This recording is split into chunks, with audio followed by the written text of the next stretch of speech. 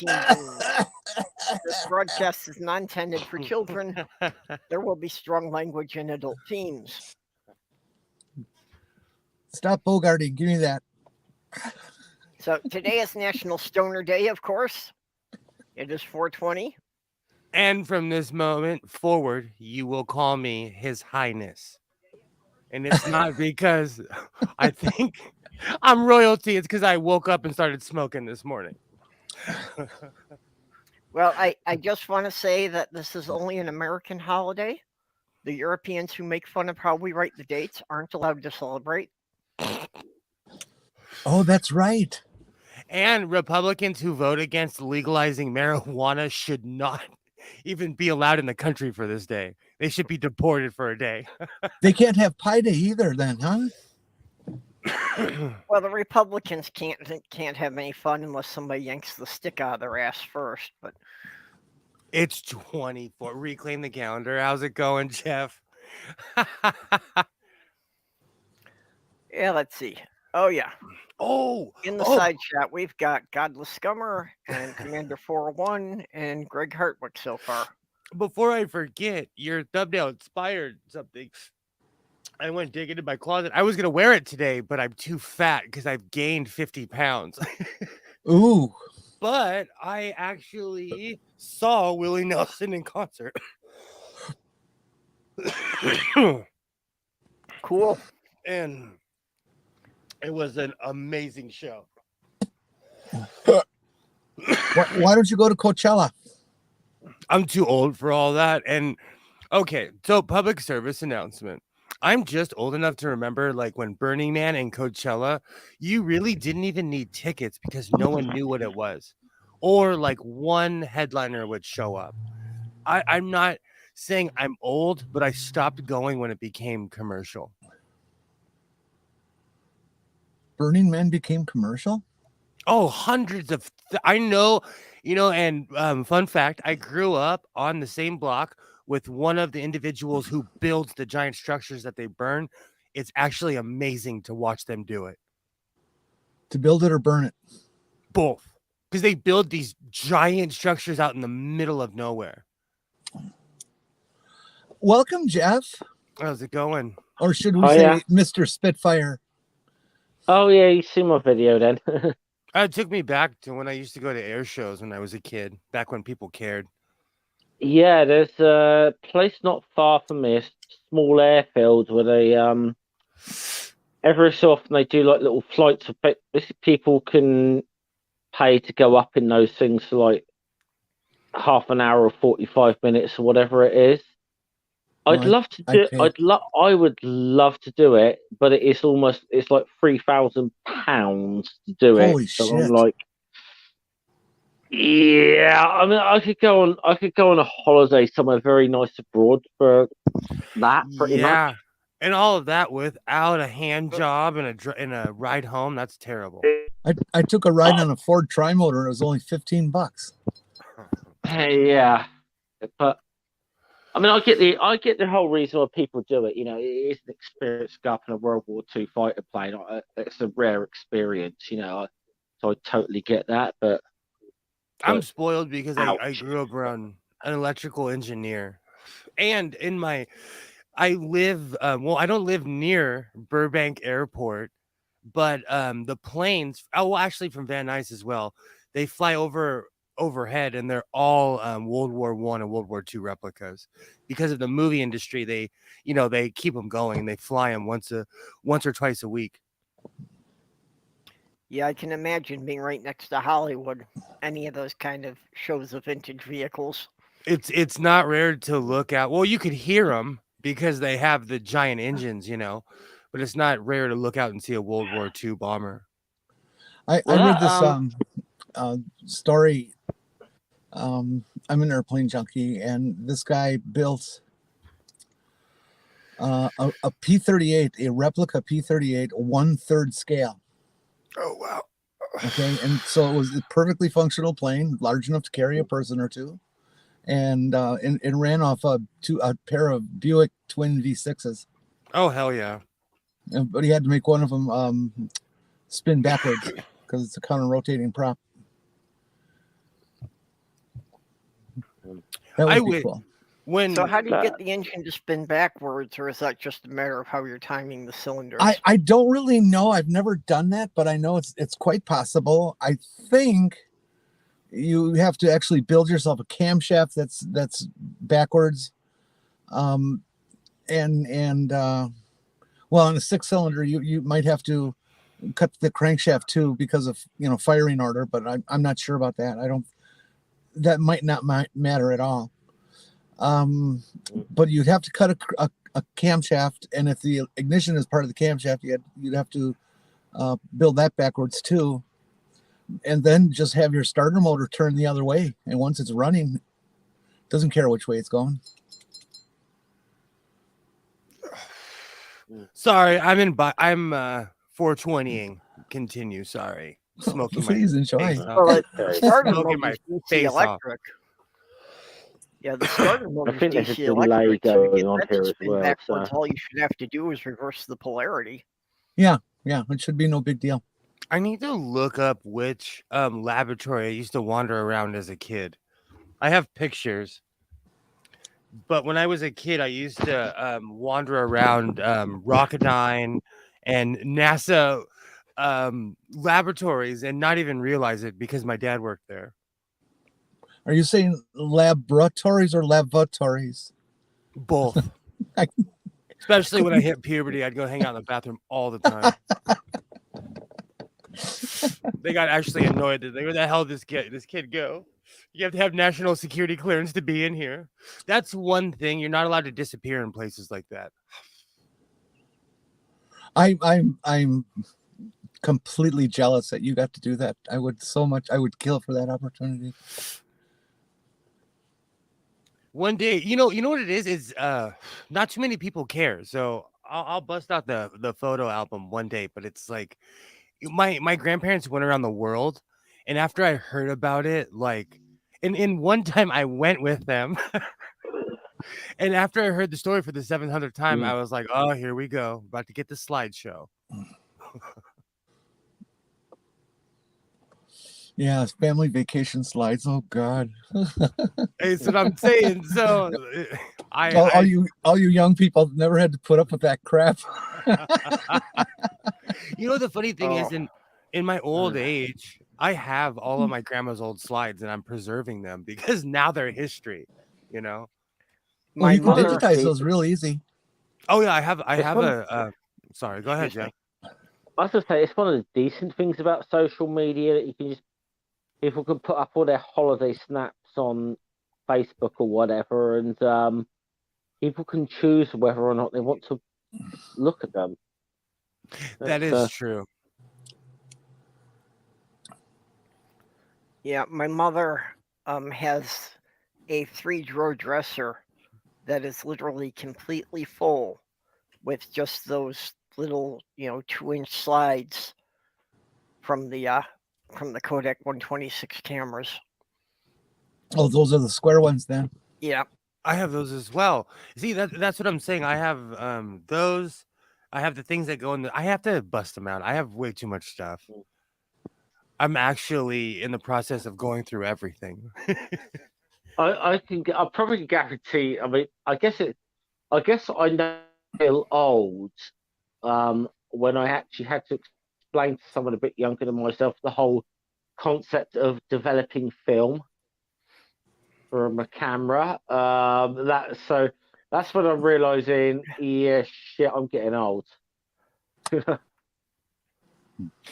Every once in a while, my son will say, "What's that?" or "What's this?" and it makes me feel like I'm dust, like I'm just old, like I live in a museum.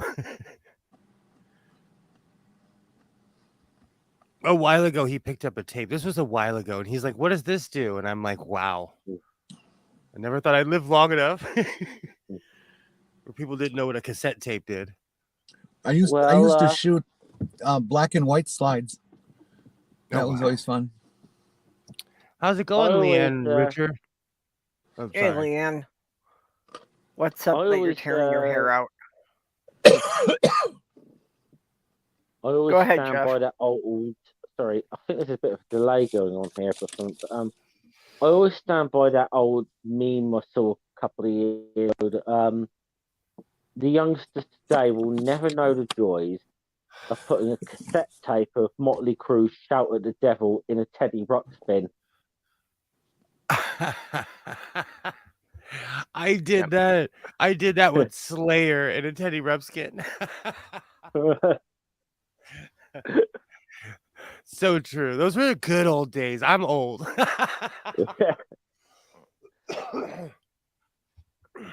And now I have South of Heaven stuck in my head.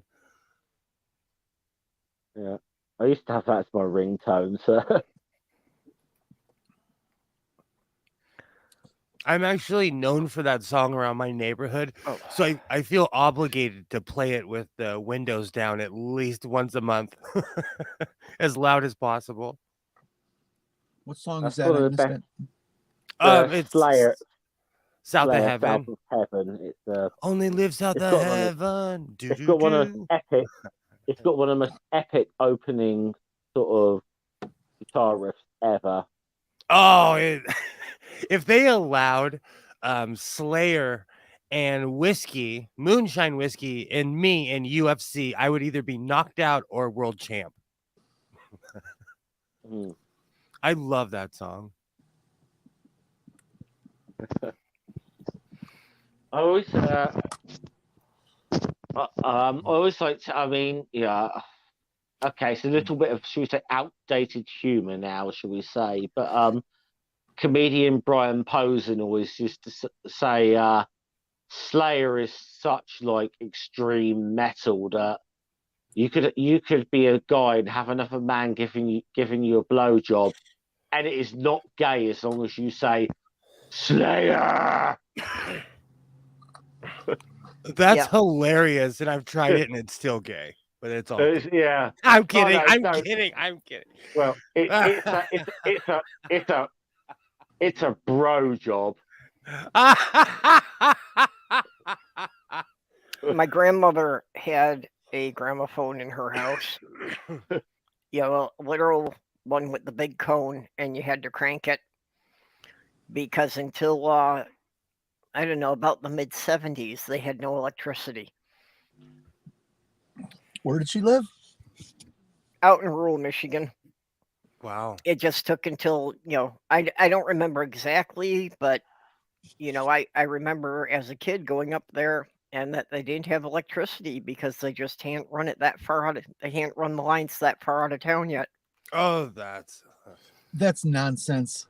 That's the Tennessee Valley Authority was established in the 1930s, and it wired the entire South. Rural, city, didn't matter. The technology was there. You had maybe an electric company that was too cheap to do it, or customers who were too cheap to want to spend the money on it. I would definitely buy that there weren't enough people that were willing to pay to have it run out on that road. My town was considered unincorporated Los Angeles up until the 60s. People are lazy. They didn't run. The only thing that was out here was a railroad. Well, to this day, they still can't get the cable TV out there. The lines for that end at the state highway. That I believe. Well, what happens is they don't have enough people who want it, so it's not worth them to build this giant infrastructure for one person. Yeah, well, that's when I was living there on my mom's property. I checked into it, and it was going to cost $2,300 to have the cable run out to her property. And then they'd still charge her every month. Yeah, that's crazy. Well, to be fair, that's how they charge you every month in California. Right now, gas is $5.99 or $5.89 if you pay with cash.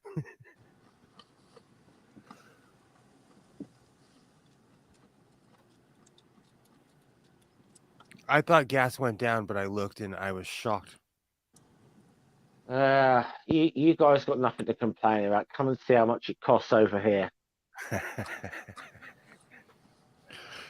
But I actually haven't been out yet this week, but over the weekend here, it had gone down about a quarter from what it was.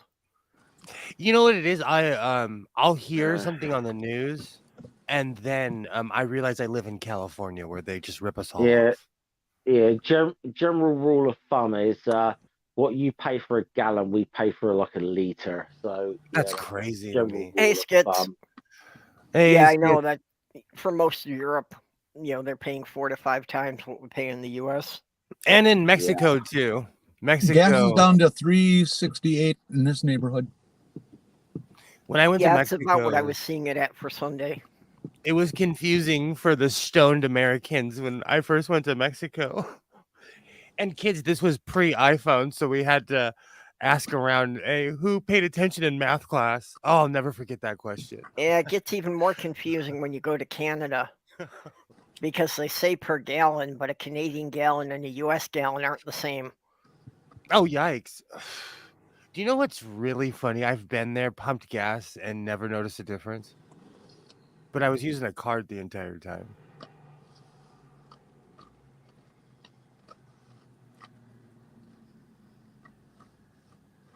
That's why I was kind of shocked when I looked and the gas prices were still the same.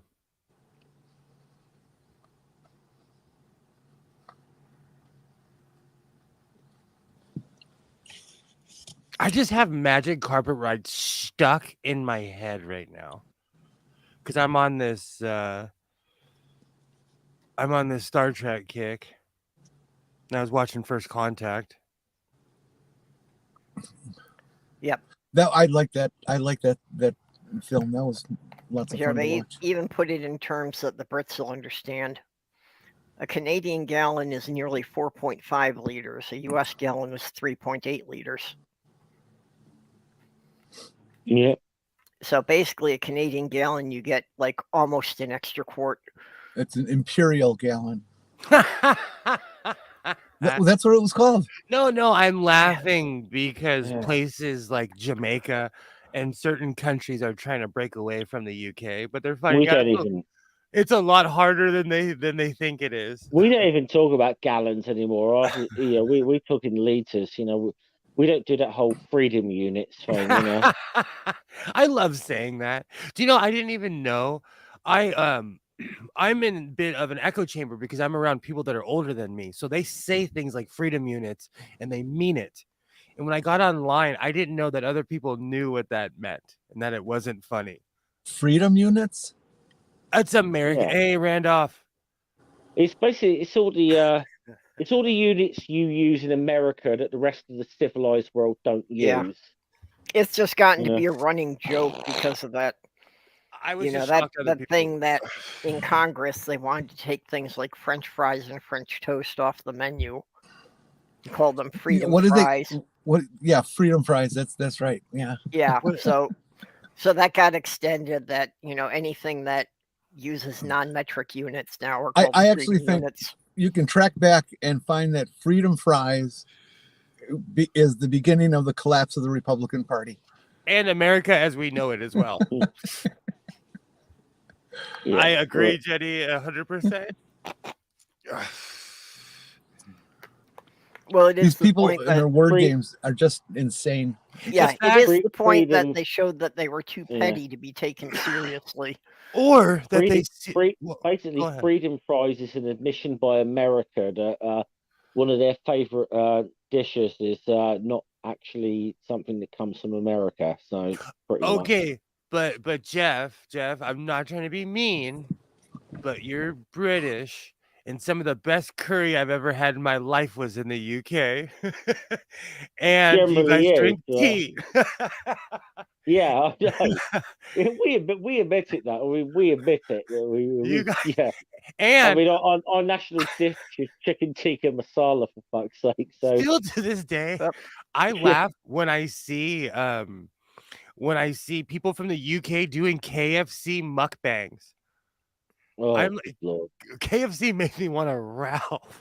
Wait, dude, mukbangs? Well, we have in the last 2 years, because we never used to have them in the UK, but now they are popping up everywhere. Taco Bell is spreading like a fucking virus in the UK right now. Oh, Demolition Man is real. Purple mukbang is when people gorge online, when they sit and they get a huge meal meant for a family and they just talk. There's quite a few people that have become famous off of doing it, actually. Really? Yeah. Yes, the internet is strange, but my whole point is it was weird to me to see. There's a YouTuber I watch and she was like, "KFC is the greatest thing on earth." I almost spit my coffee out when she said that because You mean these people actually highlight and are proud of their gluttony? yes. Oh You my go- God. I feel I finally have introduced you to something you didn't know about. It's huge I online. can see the popularity of it as being a very American thing. No, it's people around the world, but type in mukbang and you will fall down a rabbit hole. An Well, absolute rabbit hole. Oh, you I used mean- that word once before. Mukbang? Yeah. I mean, And I looked it up in the Urban Dictionary. I forget what it said though. Yes, Nick Avocado. Thank you, Skid Scratcher. Nick Avocado is a vile human being. If you see from what he looked like before he became YouTube famous, he was my size. And he just you have to watch the progression. It's and he's a manipulative weirdo. The mukbang community, just like anything else, it's strange. Could we look up mukbang on the Urban Dictionary? I can't believe, Alexa, what does mukbang mean? Mukbang is usually defined as an online video broadcast in which a person eats while interacting with their audience. Did you hear that? okay. No. I got a It's- bit of that. Yeah, on It eating Oh, while sorry. engaging online. I got that bit. Yeah, it's online eating in front of an audience. Hi, Kilroy. Oh, okay. Mm. Remember one of those places like out west? It was a fairly popular thing. It was challenge, eating challenge. If you can come in and eat this entire 36-ounce steak, you get it for free. 3.25 Yeah. pounds of meat. Oh God, you wouldn't shit for a month. Oh, Kilroy knows the history. Mukbang started in Korea as basically a way to feel social while you were eating your lunch or whatever. Then it became effing ridiculous because because the West got a hold of it. Mukbangs is when you fill your face with food until you become 400 pounds because people give you attention or money. both money. We live in a crazy world. We live in a crazy world. But yes, I mukbang- find it I've interesting never that this figured out what this it is. topic has stimulated the chat to be active here. because mukbangs are huge online, Jenny, and I'm still kind of shocked that you didn't know what they were. I fall down rabbit holes on YouTube. I've been around the world twice, once with my parents and once without, and I've learned more being online. I don't know everything, Will. I'm pretty close, but I'm not quite everything. Oh, Well, I think it's because doing mukbangs you become huge, they quite are literally. I agree with Kilroy. They are disgusting. I can't watch them because I get grossed out easily, so I can't watch people getting hurt or doing bad things to themselves. People call it empathic. I don't believe in any of that. Like, I feel people's pain. Call it what you want. Like, I can't watch people hurt themselves. Yeah, I would not. Yeah. And for a while, I used to watch this one content creator before he went completely insane. He was from the UK, and he would follow these people.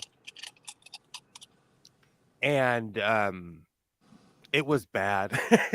Because he would find out the history of who these people were, and it was just sad. Like, sometimes people just need a hug, and they end up hurting themselves. Well, I'm sure, especially during the pandemic, of people who didn't socialize a lot to begin with, and then being told that they had to stay home and they couldn't, even if they wanted to. But I sat in the dark and gained 50 pounds. I didn't put it online. I gained a considerable amount of weight in almost 3 years now, and I didn't document it. Well, again, another one of the reasons why I usually don't have my camera on is that nobody needs to see if I'm eating while I'm doing the stream. But again, I try not to judge. I'm judgmental, so I try not to judge people for things I wouldn't do because, you know, who am I? Like, it's not my place. But I think they're disgusting. But if someone, you know, oh, thanks, Well, Kid Scratcher. If you want to hurt yourself, you know, go right ahead. I mean, there's a lot of things to just say that people watch that I just take pleasure in that I don't get personally, but you know, I'm just kind of like, if you want to watch that shit and you know, knock yourself out, kind of thing, you know. You know, even on a housewife note, like I watch a lot of sewing content, and it would put the average person to sleep. I bet. But that's but I mean that's a subject you've got an interest in, and it's something you know you do as well. Yeah, so like true. It's more. I mean, it's like anything that is remotely quote unquote reality TV based. I just don't get it. You know. Well, I don't either. But, because they just do it to hype up the drama, and I don't need drama. You know, I do everything I can to avoid the online drama. Yeah. Survivor was like the first reality show, wasn't it? For my generation, it was The Real World. That was the first. That was the first in America. Yeah, The Real World is the one that really started it in the late 80s. In the UK, probably Big Brother, I'd say, but it was our first exposure to it. But when I first saw Survivor, you know, I watched the first episode or two just to see what it was like. You know, is it going to be something I want to watch? And it turned out not. But it was so bogus. You could see it from the very beginning. You know, this is such bullshit. You know, I said, I bet you they're in the back lot of some place, and there's a big hotel just down the road. There was. So really quick. And I just wanted to say, okay, let's make a reality show. Let's take some of these people and drop them in the middle of rural Alaska and see if they survive. They actually have a show. Like that. No. Really quick, Kilroy. I've been smoking since I woke up this morning, and Leanne Richard, I am a homer when it comes to Slayer. Like I have to tell myself, like I'm over 40.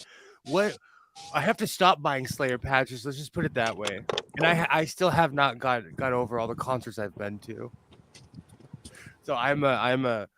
Don't apologize for liking Slayer, and Slayer are fucking awesome. It was like when I was a kid. I love telling this story. When I was a kid, I went to a show, and it was the first time I saw someone get punched in the face, and I was like, "Oh, they're coming for me." That was crazy timing. I was like, "Whoa, this is crazy!" Slayer, like that's one thing I can sort of just cross off my bucket list thing that I've been in the circle pit at a Slayer gig. So you know, one of those little things I can cross off. Yeah, I've done that. Sorry, Stool. Yep, Stool's right. You just need religion. Religion and I are older and water. It's all it's just melanin. I got lucky. Oh yeah, Let's be I honest. remember the Great Race series. I actually my brother and I put a video in for that almost 20 something years ago because we thought we could win because we were meatheads. Yeah. Is that the one on CBS where you get two people and they put them around? You go around the world. Yeah, they had to call it off because of COVID. Oh, I wanted to be on that show so bad. My brother and I actually probably would have won because he was a Marine and I'm just wiry. See, I have a little bit of respect for that show because they really do travel around the world. They really do put them into some fairly dangerous situations. You know, they're all protected with safety cables and stuff, but you know, I wouldn't drag myself on a cable across some 800-foot gorge. No way. Yeah. It ain't gonna happen. So you know what? you don't think Here's about the it. joke about me. I probably would do something like that. I would probably do something like really insanely dangerous kind of thing. But get me to go on a roller coaster at an amusement park, and I'll be like, no way. So it's funny that you would bring that up. I grew up in a town that has an amusement park, like real one, like not like rinky dink, like real amusement park, and it made me an adrenaline junkie. So I've actually jumped out of a plane. Leanne Richter, is that a mukbang eating baby Jesus or eating with baby Jesus? Damn it. Atheist muckbag where you sit there and eat babies. Yeah, that was They're gonna cut this. Yeah, and we're we're- gonna be in some religious. We're I'm gonna be gonna in say, some religious actually, propaganda. a couple of weeks ago, I tried converting to Christianity, and I've actually got to say that the hardest thing was giving up barbecue babies, honestly. So I just couldn't stick it out. Oh, I'm into maple babies now. I tried Like a good converting to place. Christianity, but I couldn't find an adapter kit. Jeff, you actually pissed I mean, a couple. I know Randolph's in the chat. I was going to say, yeah, Randolph made a good point to me about sort of making certain jokes about conversion or whatever. But yesterday, Okay, but the thing was, I put something up as April Fool. I actually have something to say about this. I think and- we're too respectful towards religion. There are people that are actually being hurt in my country right now. Yeah, hey, Will, religious people, yeah. you could have you cut Jeff off in the middle. No, sorry. Go ahead. Jeff, you can finish?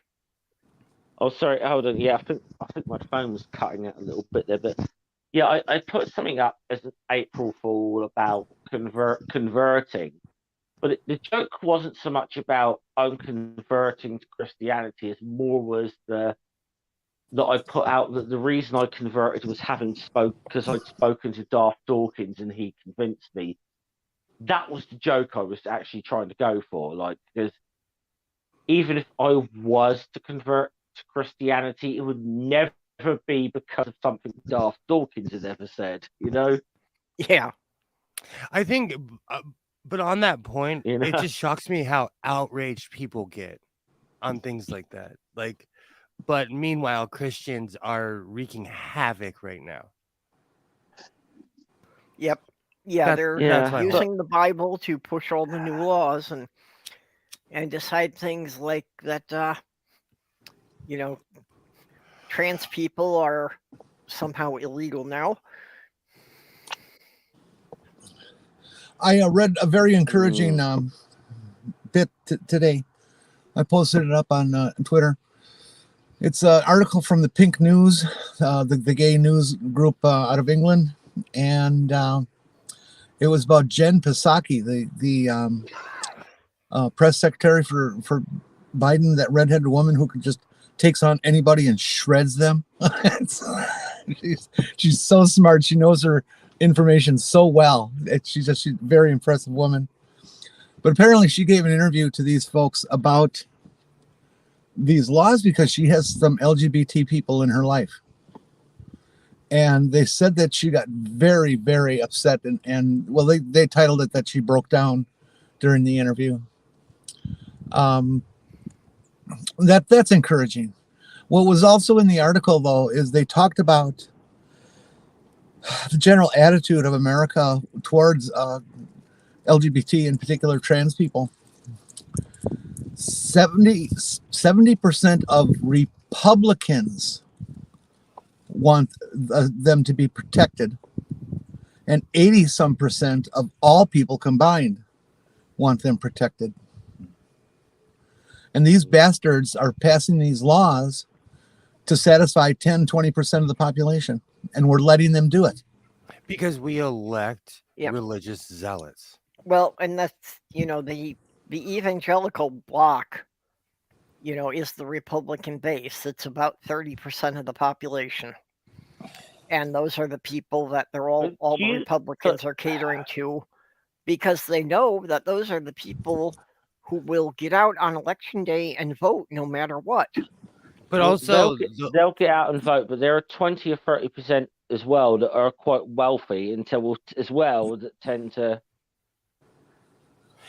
should we say, donate. I'll be right back. I'm going to move position. But here, like where I live, I think the sad thing is that you've got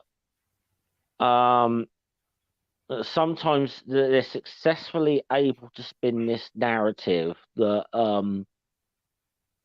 any loss of privilege on their part is some form of they will portray as some form of persecution. You know, anyway, frustrates me. They are. That's why when Republicans say, "Oh, snowflake," they're the biggest snowflakes on planet Earth. Yeah. Even where I live, there's a thing of people who start fights and then call the cops. And I actually made a comment about something like that on Facebook, and everybody was like, "Oh, they must be Republicans." Well, Because, I heard a great line that just sums it all up. That, you know, when you're privileged, equality feels like oppression. it is true. I'll tell you. I'll tell you, like in real life, every single person around me kisses my ass because I own a business or they want something from me, okay? So when I got online, it was actually refreshing to be around people who didn't know me in that way. Because at least I knew they were coming from a more sincere way of life, you know, or a different viewpoint.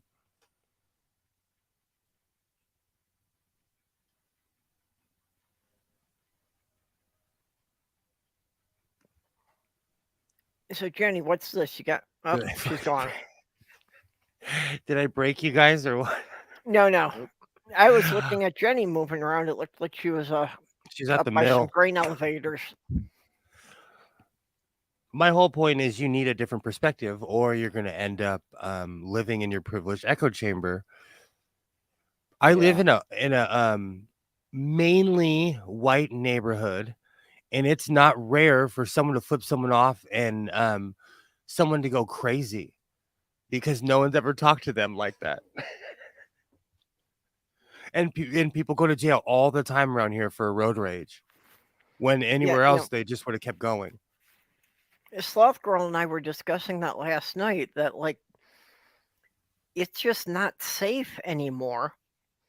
That if you're in an accident, or even if you just witness an accident, it's not safe to get out of your car. You wait for the police.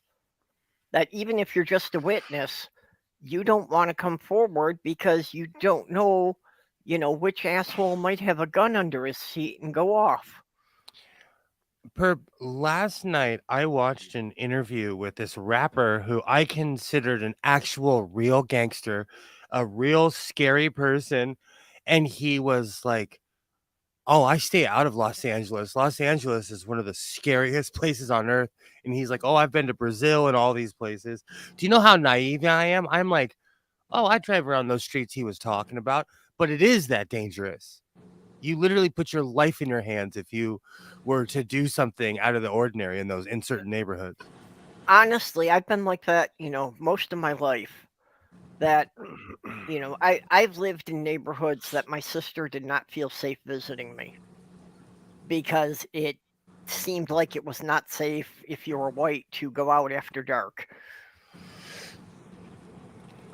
But I never had problems with them.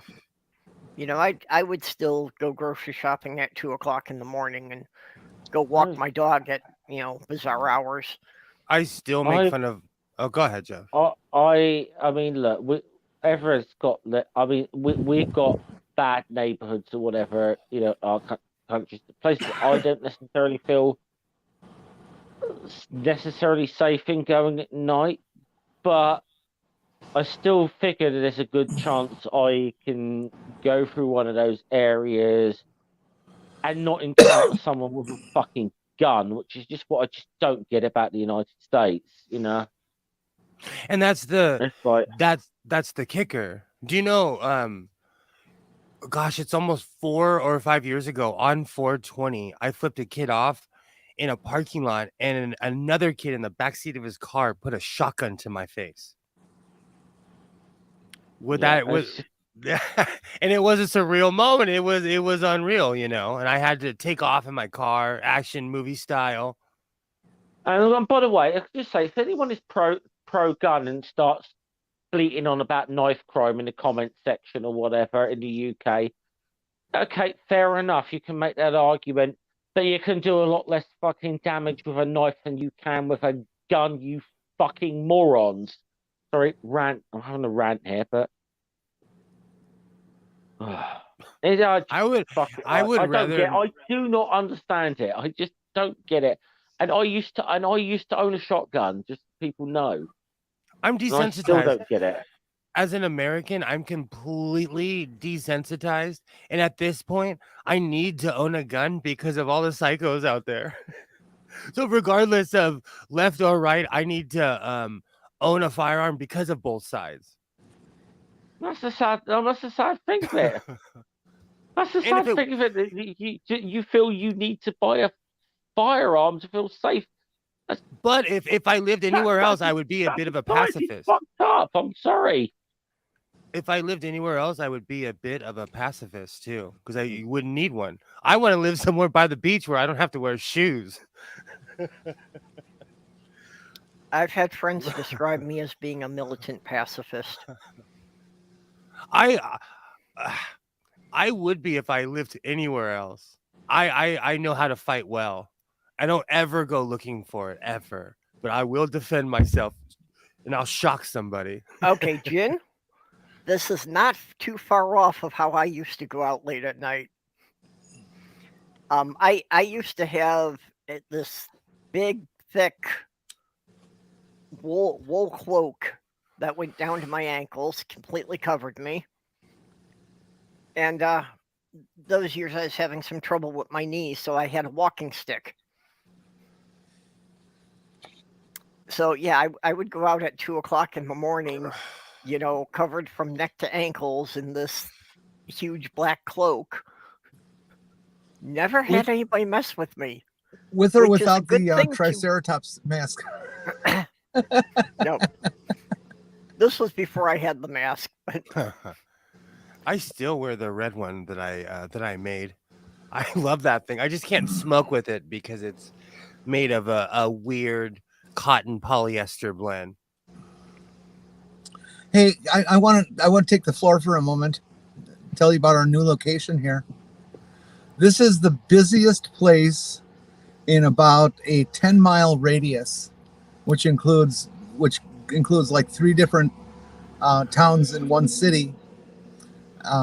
This is our grain elevator, and it recently expanded. You can see the one off to the right in the back is a brand new unit that went in early last year. And this is where all the farmers bring their grain. And if anything goes wrong and it blows up, well, we're close enough here to watch it happen. That's all. What's with the little baby one in the foreground? Oh, I don't really know. I don't know enough about this to be able to tell. I don't even understand what the whole purpose of the damn thing is. I mean, if a farmer brings a truckload of grain, I imagine they're storing it for them, or they've bought it and goes on the futures market or something. But then you also see farmers picking up stuff. It's okay. Well, the grain elevators are drying and storing it. But yeah, you're right. It goes on the futures market that, basically they're paying the farmer the current price for it, but somebody else is, buying it in storage on the assumption that they're going to sell it at a higher price later on. And as far as picking stuff up, I'm sure that the more conventional building in front there, I'm sure is, selling all the feed and fertilizer and seed. So when it comes to farm anything, they sell everything. Anything you can. They sell it back to people. They sell it to each other. Even in California, my little property sells alfalfa and hay, and it goes both ways. I buy seeds, and farmers also do prostitution. With their cows and horses and sheep and stuff. Oh, yeah. Oh, are you kidding me? You want to start talking about? Before I start talking about horse sperm, I want to say hi to Inquisitor Bacon and Jyuni. Hello, Inquisitor Bacon and Demon Orb. But you want some horse sperm? Jenny, I can get you some horse sperm right now. No, I'll pass, but thanks. For a stud. Yeah. Well, that's what, all the competitions are about. The livestock judging at the county fairs and the state fairs is because, based on how many ribbons the animals won, that's how high you can set the price for the stud fees. Let me see your balls. I'm doing. I've got to admit, I didn't know that's how livestock. I didn't actually know that's how livestock contests were judged. I just thought it was like a beauty contest for sheep with some of these people, but Well, that's how the breeding fees are established. For this cow is going to help make, or this bull is going to help make a flock of this type of cow, and it's very good quality based on what Perp was talking about, so they get to charge more. Cows make so much money. It's unreal. It's judging how healthy the animal is, and how much meat, or with sheep it'd be wool or whatever that they're likely to produce. Well, also, at least here in California, cows are like the golden calf, and they go for an extremely, extremely high price because they take that cow, breed it, and run the line down and make 10 million of that cow. I don't. If anyone's ever been to Central California, it's unexplainable to people where you'll go over. Well, first you smell the cows, but you'll go over a hill and you'll see 500,000 cows standing in a field. Like, California is unreal. Thanks, Randolph.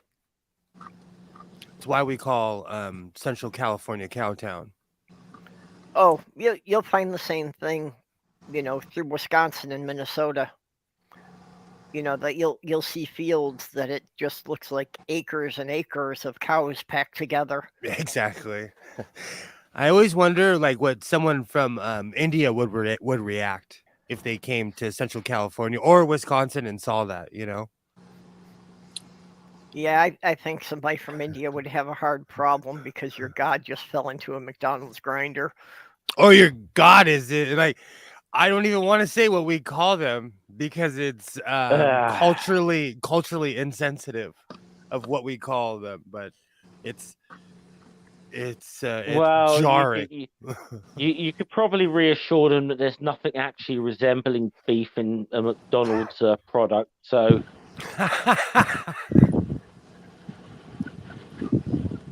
The worst thing they ever did here in California is now they have the nutritional facts next to all the food. So now you know why it's going to kill you. Yeah. It's like I said. You go back, like I said earlier, you go back 2.5, 3 years ago.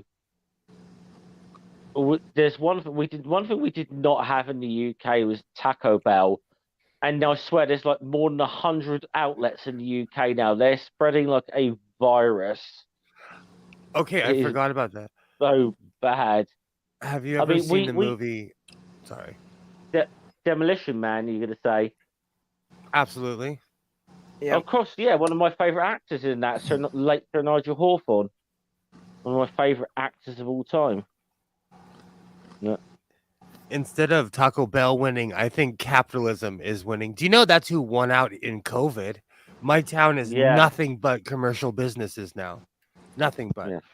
I mean, the thing is, like the US fast food chains here, we had about 3 or 4 of the big ones here. I mean, McDonald's are everywhere, Burger King, KFC, and I'd say Pizza Hut were but But then, so last sort of 10, 15 years ago, Domino's, Papa John's, and now Taco Bell they're just spreading like bloody wildfire. Can I just say really quick, ew, and Well, ew on all three. Yeah. I do love the very short history Chick-fil-A had of trying to open in the UK. Oh, that was good. That was good. They tried to open opened 3 one stores, and they had outlet. so many protests that within 9 months they had completely left the country. Do you know They only opened one outlet in the UK in a place called Reading, which is not too far away from me, I guess. But yeah, every single day there was a protest outside there because Chick-fil-A's reputation had preceded them. So the good thing is we got rid of Chick-fil-A. The bad news, of course, is that Wendy's are now planning to come over to the UK. So that's the bad news. Do you know what's really funny? What's happening to you guys is what we did to Mexico. First, yeah, pretty much. First, you get our fast food, and then you get us.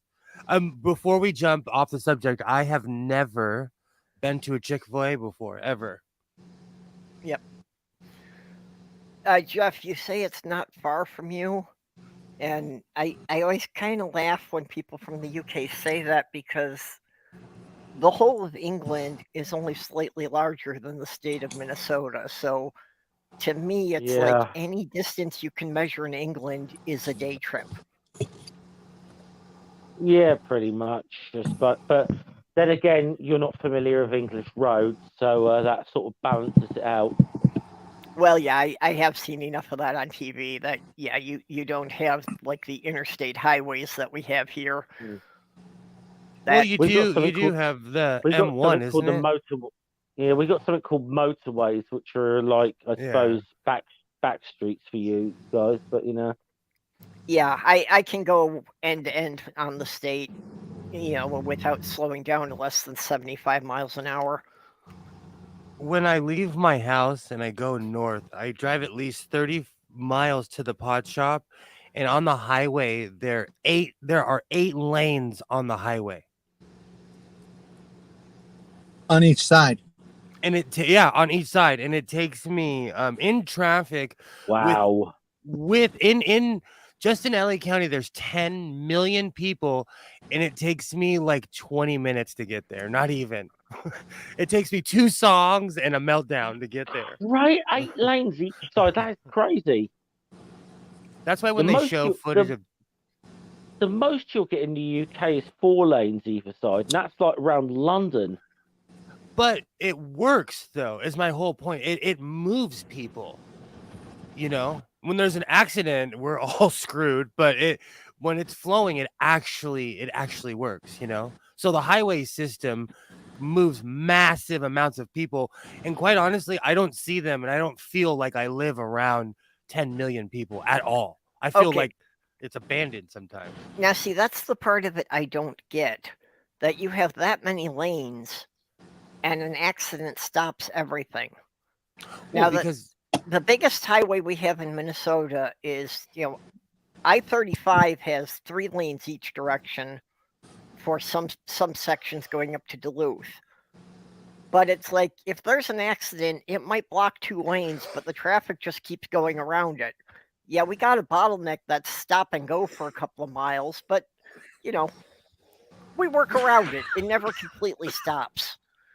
I just find it amazing the way you describe LA, and I've never been there, but it's really weird that I actually have a place in my mind, pictures in my mind, that is actually worse to live in than London. That is saying something. That's saying something, because I could put up with London for maybe 2 days tops. How anyone lives in that city, I don't know. I mean, you've got to be fucking nuts to want to live there. Hello, Afro-humanist. How are you? Hi. I honestly miss living in the city. I live in the outskirts because I have a child. The city is not necessarily somewhere you want to raise a kid if you can afford, to not raise a kid there. But LA has changed though. LA has turned into a stereotype. So LA has become Gotham City. Batman. To the point where you would laugh. Like when I go places, I call my my ex-wife's husband, and we bring people with us. Like we go deep. We come with like 8 or 9 dudes just to go somewhere. And you know, we have some of the coolest places on earth here in LA. Some of the greatest museums. You know, Isaiah walked in with 10 people of color to the Guggenheim because we, you know, it's just the world's a bad place right now. And like I said, it's not just here. It's, you know, But I guess I mean I don't know. Maybe it's I don't know. I mean, it's not all big. It's not all big cities to me. I'm quite happy to go around certain big cities in the UK. Quite happy to go around sort of Edinburgh, Manchester. Well, actually, no, I don't think I've actually been to Manchester, but Birmingham, I'm kind of fine with. There's something about London that I just don't like. There's something about the whole vibe of that place. I feel just stressed out being there, and I had a similar feeling when I went last time I went to France, and I went to Paris for the day, and I thought, this is going to be really cool. I'm going to get to see Paris, and the moment I got there, I just felt on edge all the time. It was just something, just didn't, you know. I've heard that Maybe- from a number of people in the UK about just, you know, dreading going into London. Paris is Yeah. Paris is just like LA though. Like, and that's another thing. I was shocked when I went to the UK and I saw black people there. Same with Paris. Like, and I'm not talking about just people of like black people. I'm talking about people of color in general. And Paris is just like LA. Like, you go down the wrong street, you will get your butt kicked. you know? Actually, though, I had the right, same yeah. kind of feeling.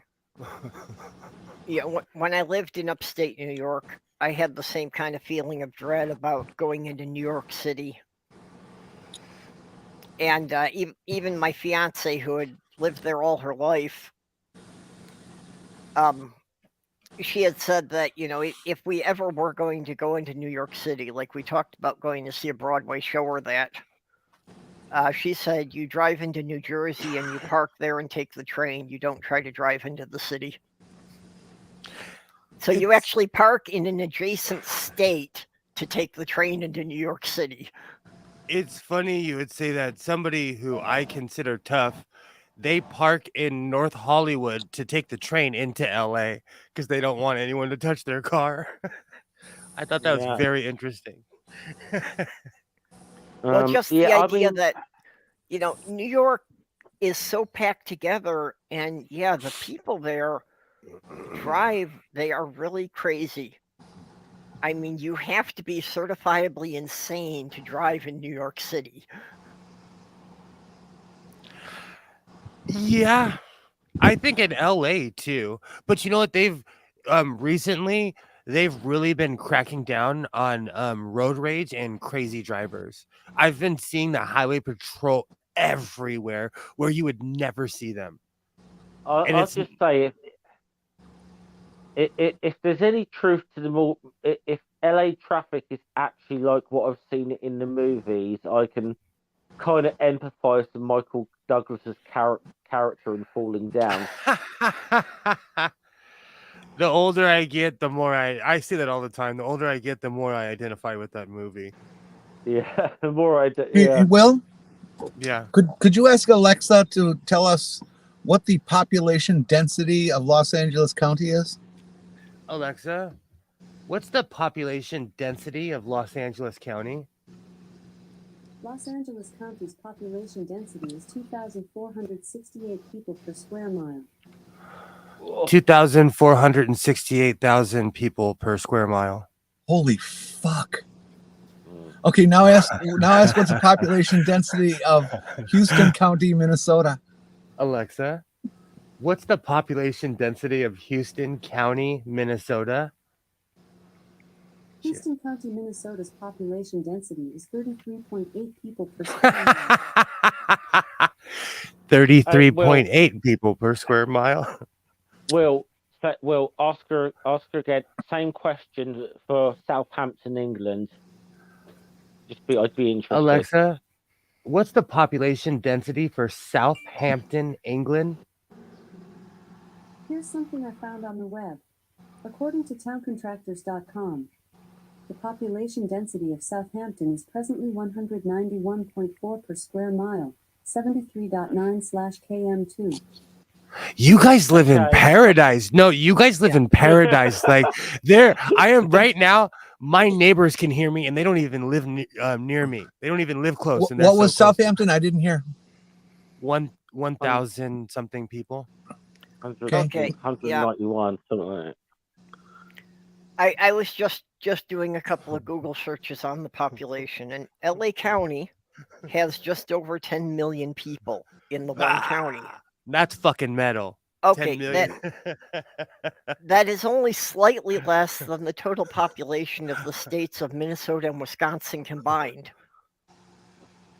Minnesota and Wisconsin combined only have about 11 million people.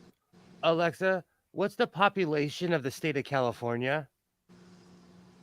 According to the 2020 U.S. Census, the population of California is 39.5 million people, Okay. which is a 6.1% increase over the 2020 Wow, that's US like- Census. Okay. That's Okay, like hold on 2/3 one of the second. UK's population. Okay, hold on 1 second. Alexa, what's the population of Canada? In 2020, the population of Canada was 37.7 million people. There's more people in the state of California than in all of Canada. Yeah, I believe that. Look up Milwaukee County, Wisconsin. Alexa, what's the population of Milwaukee County, Wisconsin? According to the 2020 U.S. Census, the population of Milwaukee County is 939,000 people, which is a 0.2% increase over the 2010 U.S. Census. 939,000 people. There's that many people in Wow. my front yard right now.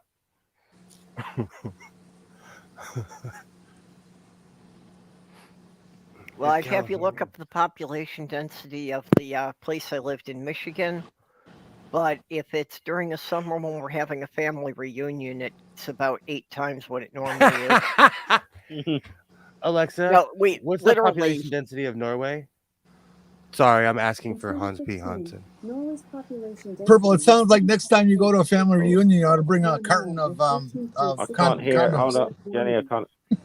It was they had 14 something people per square. There's a lot of people that live in Norway. Yeah, well, yeah, but there's an awful lot. There's awful lots of parts of Norway that are not inhabited because you just physically can't. But I think most of Norway's population are around coastal towns. So yep. Well, and this is true that, yeah, if California were an independent country, it would have a larger income than most other countries in the world. That still doesn't justify our police having better tanks than the Russian army. well, Yeah, but I bet I'd your say- farmers aren't hanging around stealing them. I'd say if you, No. I'd say if you're a Ukrainian, you'd probably sooner be at war with Russia than California, honestly. Oh, speaking of Ukraine and tanks, the deal is still waiting final approval, but Germany is likely going to give them about $500,000 in heavy weapons, including about 50 Leopard 1 tanks. Ooh. $500,000 isn't an awful lot in armory, though. Well, I was surprised that they could get over 50 tanks for it. Half $500 million I could see for that. That's what they're Yeah. telling us. That's what they're telling us. Yeah, but, you know.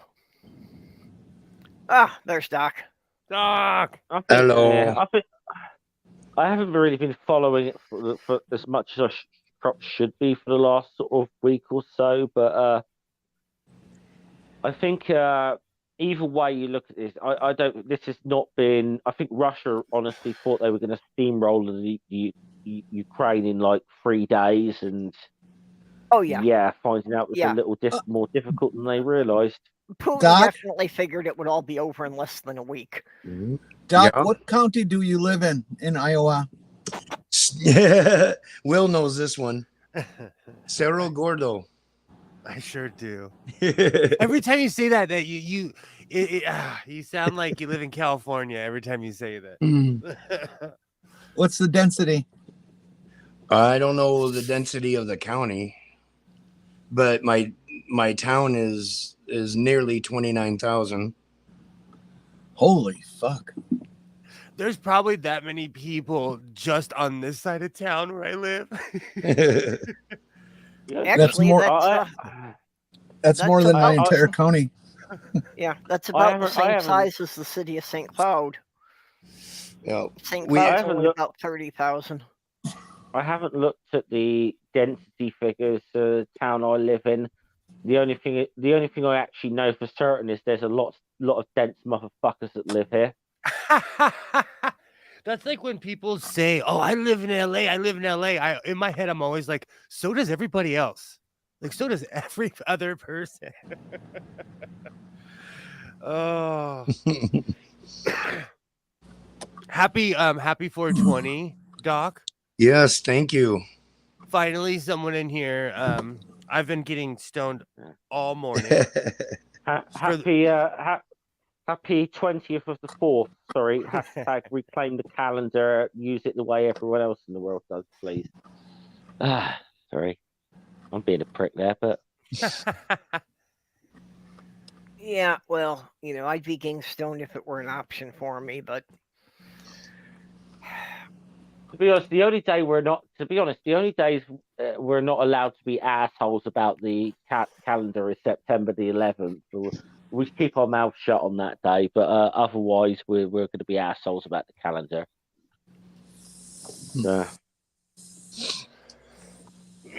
A lot of Americans don't even know that it's the other way around either.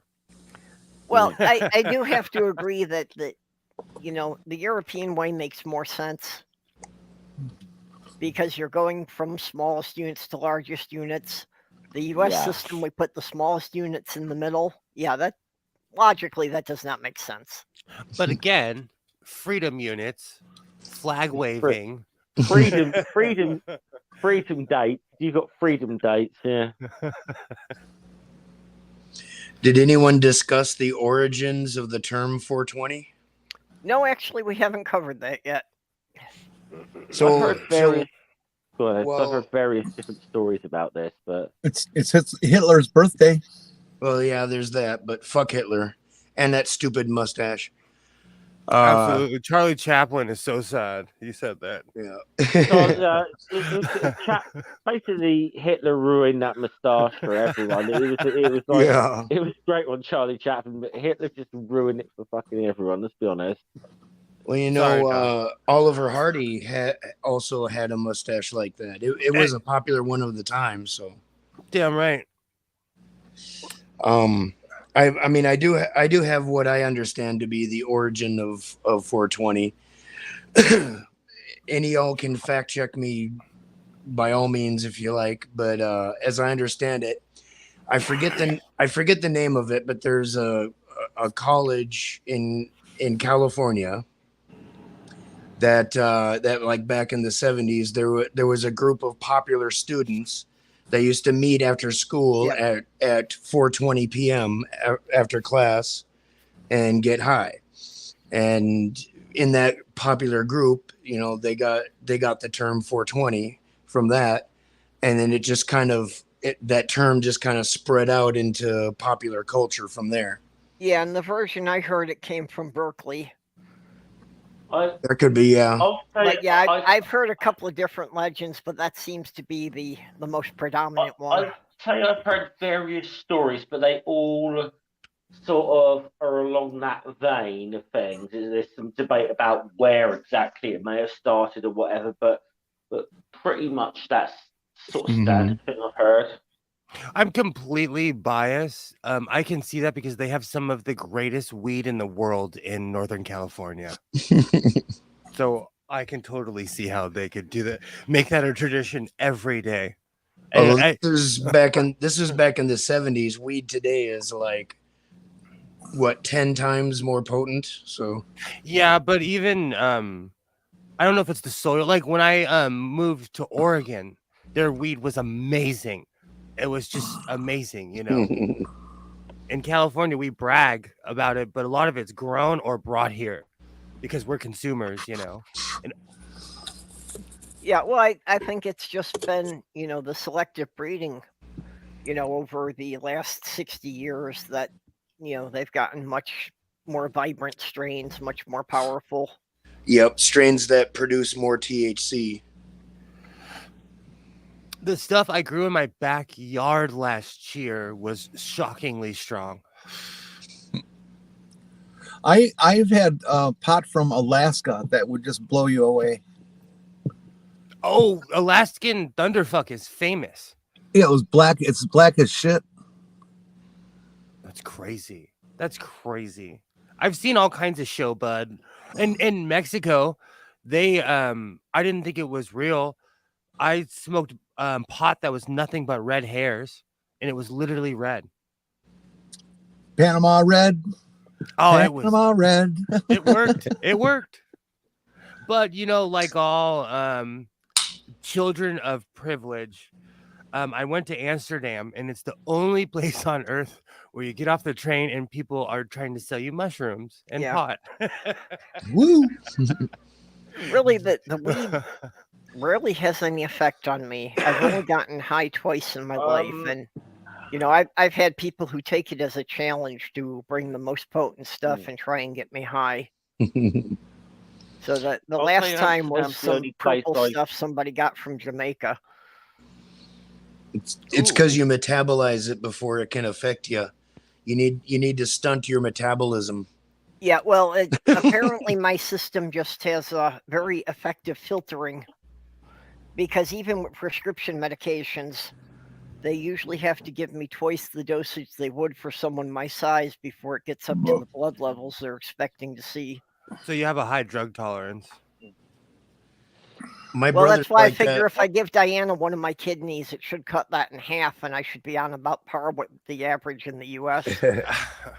My brother's like that with Novocaine, or at least he used to be. Like, the dentist would inject like freaking half their supply into him, and he'd still feel pain. Yep. That's me. That's me. And then, you know what's really bad about that is to be that hypersensitive to dental pain. At the same time, I'm highly resistant to narcotics intoxication. Yep. I can take about 2 to 3 times what normal people can take, and it still doesn't hit me hard. Oh, there it is. Well, last time, guys, I'm sorry to interrupt. I'm gonna have to jump off, sir. Okay, we'll catch you later. Hey, Jeff. Good to see you, Jeff. Right. Yeah, last time I went in for surgery, I scared the doctor because, you know, they had me prepping and they gave me the anesthetic. And they had wheeled me into the operating room, and the doctor's checking his tools, and he pulls out the scalpel, and you know, I'm pretty much out of it at that point, but I just managed to yell, "Wait!" Yeah, but when you're on drugs like that, you do crazy stuff. But you know, they figured I was dead out by that time, and they gotta give me another dose. I'm one of those people that, like, when I get actual work on my teeth done, when I'm coming down off the loopy gas, like, I say insane things. And it would be betrayal if you videotaped me. Well, I say that Sloth Girl and I, you know, have to stick together because we have so much history. And among that is, if she ever really pisses me off, I could tell about the time I brought her to the ER and they gave her Demerol. Exactly. Oh dear. Because it regressed her like being 8 years old. Drugs are bad. I don't judge anyone. I've done crazy stuff. That's why I don't go to dentists. Whatever they give me, like it triggers something inside of me. The Hulk comes out. Drugs are bad and good. Okay. They are. That's why on 420 you should just smoke pot.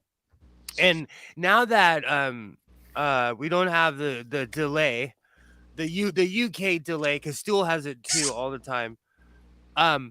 If you, and we say this all the time, it's a cliche at this point, but if you legalized pot in your hometown wherever you live, it would revitalize the area. It's changed Los Angeles. There are areas that were completely just desolate that have now completely built back up because of marijuana. Yep. Now y'all want to hear something really, really fucked up? When I was a kid, I hated going to the dentist at all, but one of the things I hated the most was the Novocaine needle. And when I was a little kid, it was before my dentist got the got that stuff they can spread on your gums to numb your gums for the needle. And so I hated the needle so bad, I turned away the Novocaine entirely. And I had cavities every time I went to the damn dentist. So so for many years as a little kid, until I was probably a teenager, I had all of my dental work done with no Novocaine. Yeah, when I was a kid, Novocaine wasn't even an option. They didn't even give you that stuff unless they were yanking a tooth out. So, yeah, I got so many cavities drilled with nothing. Yep.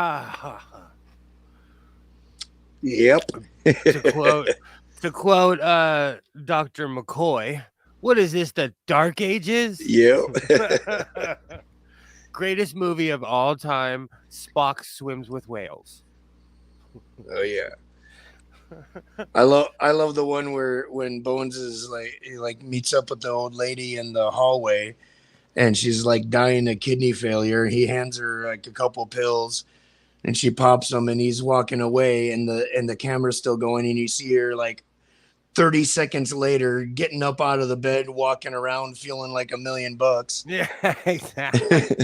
It was a good scene, but why would he just happen to have those pills with him? True. That I wondered that myself. Yep. Because people were not over analytical in the 80s like we are now. It was movie, hand wavy science fiction, you know. See, my fan theory is that he's a descendant of Bruce Wayne.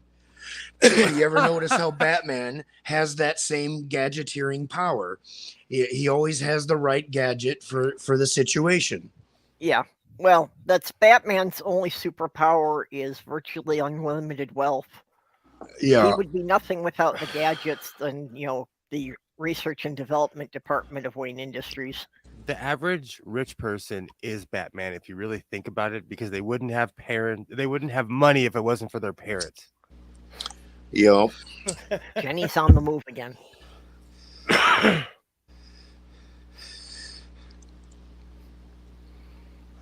Yeah, probably because the Joker got away.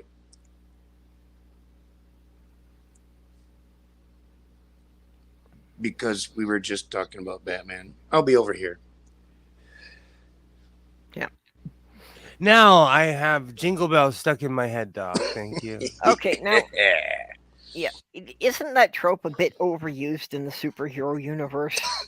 I mean, how many superheroes, have dead parents? I had this talk with my mother the other day about how morbid Disney movies are. And she looked at me and she was like, well, and after a 5-minute conversation, she was like, you know what? They really are. When I was a kid, she told me, because in the first 5 minutes of Fox and the Hound, everyone's parents die. And same with Bambi. She told me I cried in Bambi. She told me like, she's like, yeah, those movies were weird. But in the old school Disney movies, the parents were never around. Jungle Book. Think about it. really think about it. A homeless kid wandering around with dangerous animals.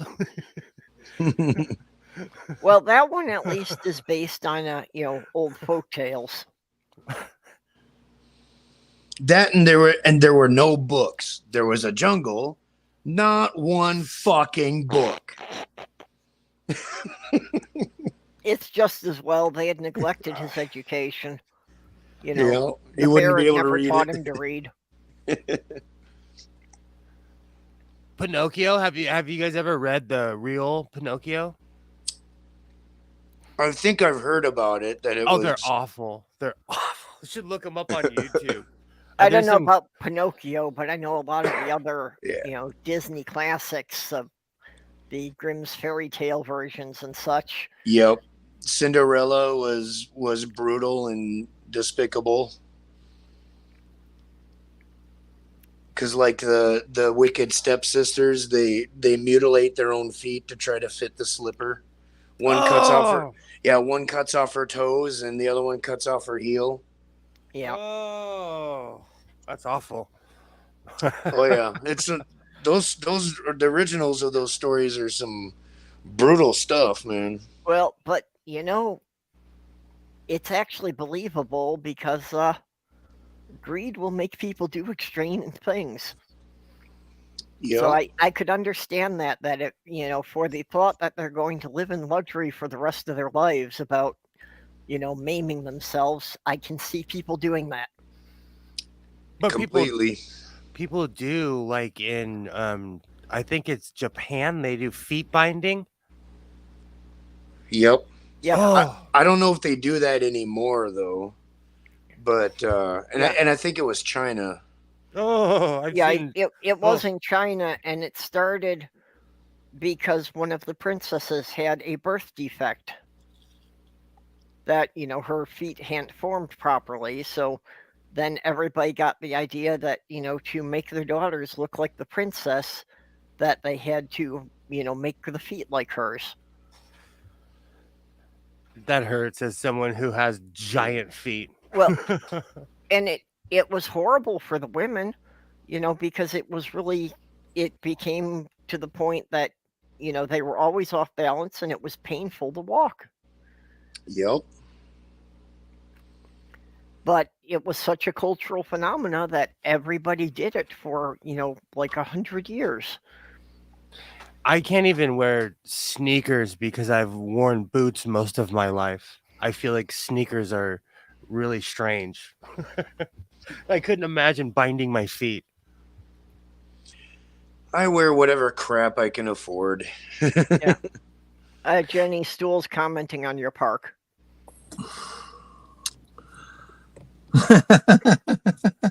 Oh no, there's little tree lines and shrubberies. I did not see that. and some hedgerows here and there. There's lots of places you can go dogging.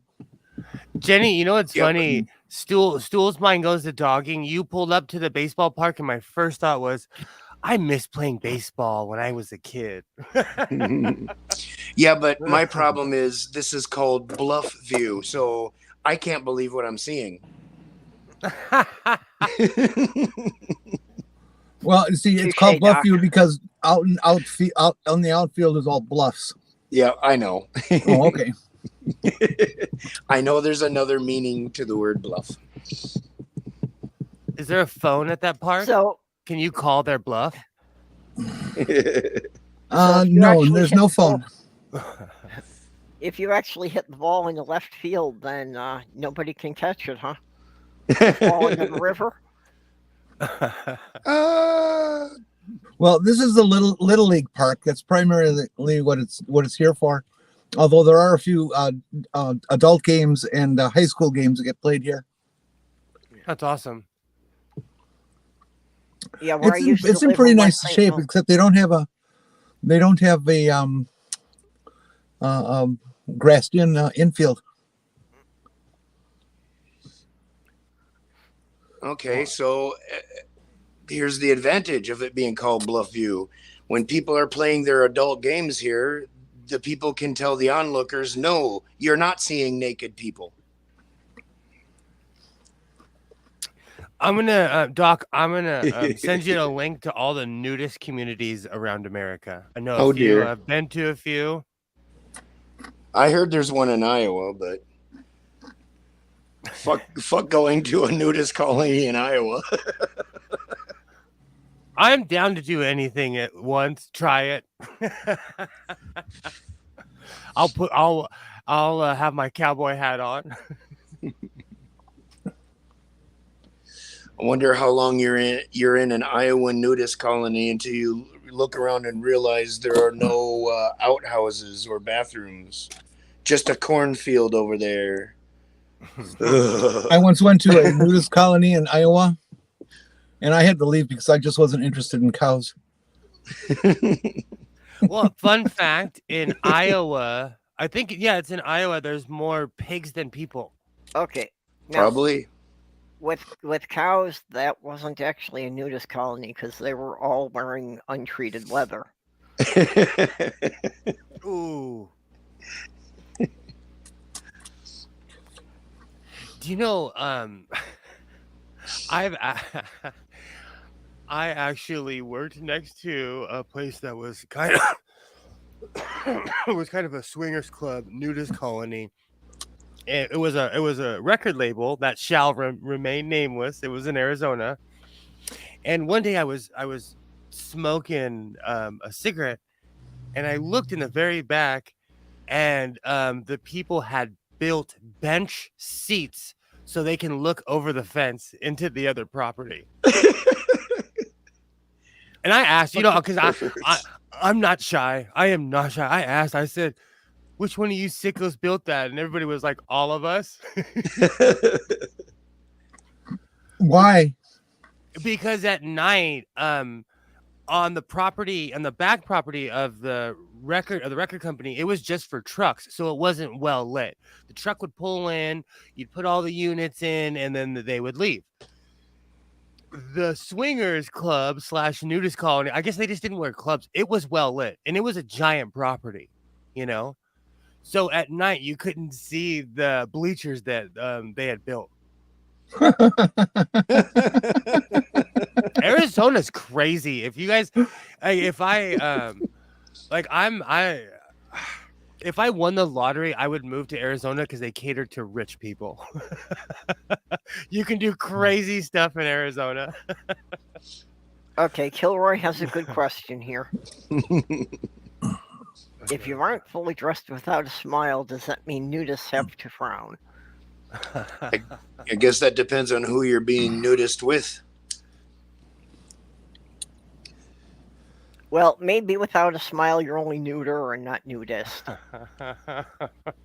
There you go. It's one of the it's the word is nakedity. And it's one of the only places on earth where people still practice eye contact. Yeah, back with my ex, I belonged to a swingers club. Now, y'all do know the difference between nude and naked, right? Nude is when you have no clothes on. Naked is when you have no clothes on and you're up to something.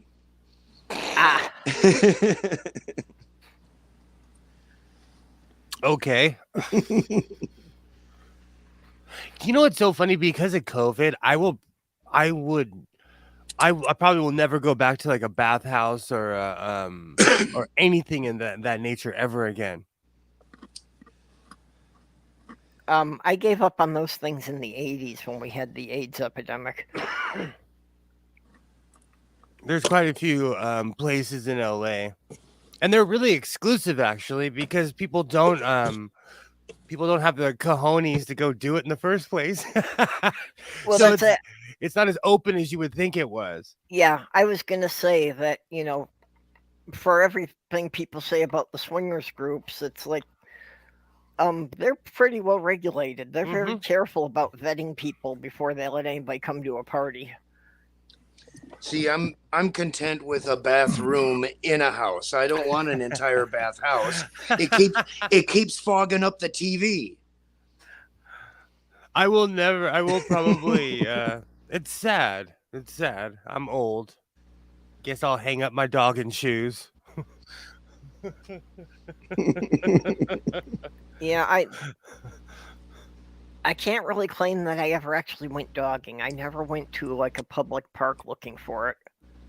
Oh, so 20 20 I did something. it in a couple public parks, but that was after meeting people and arranging for it. In the late 90s, there were like well-known cruising spots in LA, and it was weird because you'd pull up and every single person was there for the same reason.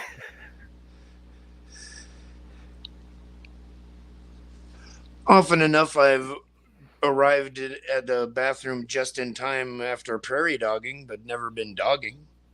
No, they got the cops. Gentrification and the cops have ruined everything. So Wait. once again, rich people and the cops. Wait a minute, I'm not quite sure what you mean by prairie dogging. Prairie dogging is when you have to poop so bad it's poking out and taking a look. Okay. When you're growing a tail. Yep.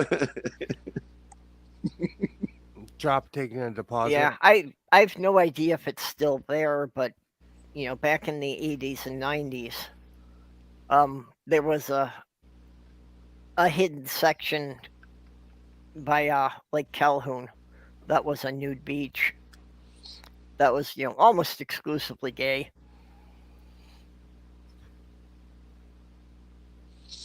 But there was a lot of that going on of people just meeting down there for random hookups because you could check out the merchandise. Indeed. Like I said, gentrification and the cops have ruined everything. But also, like with the numbers we were talking about earlier, also in my lifetime, I've witnessed the population of LA explode because I moved away and I came back and I was like, why do all these people live here now? Wow, I was thinking something totally different when you said the population exploded. See all the sheriff cars? Drama.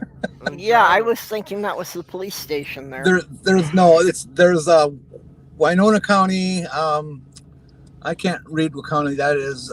Fargo, North Dakota. One from Minneapolis. They do canine training here. Okay, yeah. When I lived in St. Paul, they used to do the canine training in Como Park. So I would see cop cars from all around the state coming together there.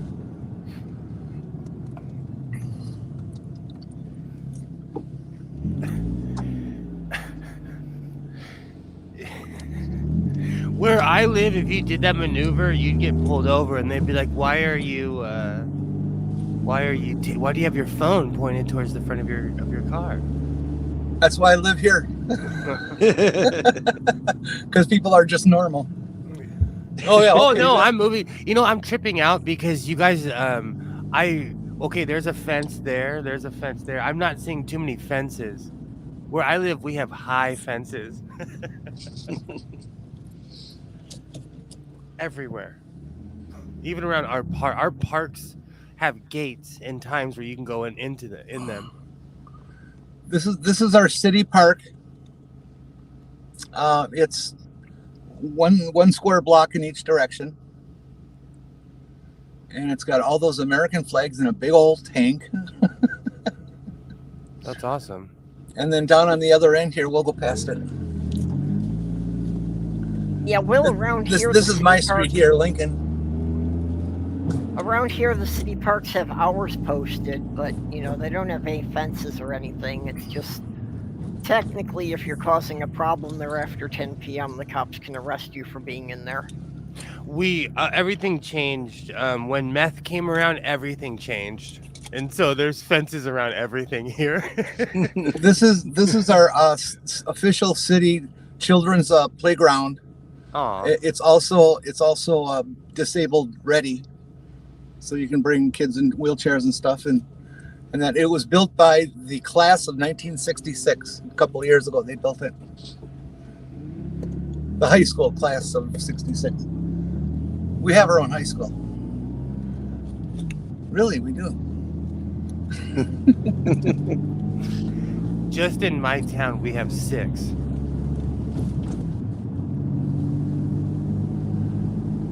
My town has at least 2 or 3.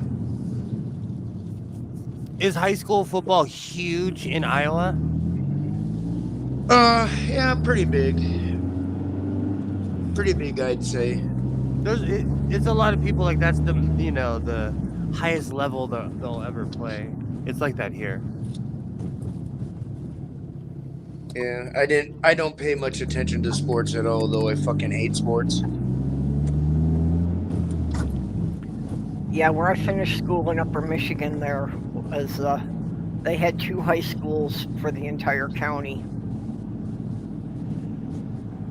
So it was kind of weird going from the Chicago suburbs, where we had a graduating class of 400, to going to a high school that the total enrollment was only about 250. This is our high school and our junior high school. The graduating class last year was 42 kids. We used to have that many kids per classroom. And there's the sports fields. Oh, yeah, Jenny's not saying that they have that many kids per classroom. That's just only 42 of them managed to graduate. Oh no, that's why I was laughing, because in LA, like, we're packed in like sardines. Okay, would you guys like to take a ride on an interesting road? Sure, let's see it. All right, I got to belt up for this. Okay, and in the side chat, Randall put up a plug that he's going to be running a stream with Neil today called Fireside Chats. So today's topic, of course, will be 420. It's odd, there seem to be a lot of people in the community running chats today with that topic. Funny that. For those of you who have an issue with trichodectophobia, this is Houston County 13. Oh no.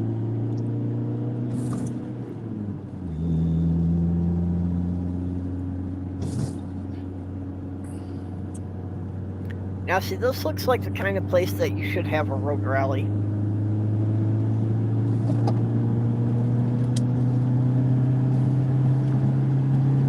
I've got no interest at all for cars on tracks, but you know, in UK they do a lot more of that about road rallies on the public roads.